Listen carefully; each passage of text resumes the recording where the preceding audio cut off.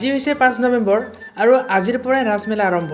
যেহেতু আজিৰ পৰা মেলা আৰম্ভ হ'ব সেইকাৰণে আজি মানুহবিলাক অলপ কামত ব্যস্ত হৈ আছে। মানে দোকান চোকান নাগৰদলা সকলোবিলাক আজি ঠিক ঠাক কৰিছে কাৰণ আজিৰ পৰা আৰম্ভ হ'ব আৰু সকলোৱে নিজৰ ৰাধাবিলাকক লগত লৈ আহিব, বেছি ভাল লাগিব।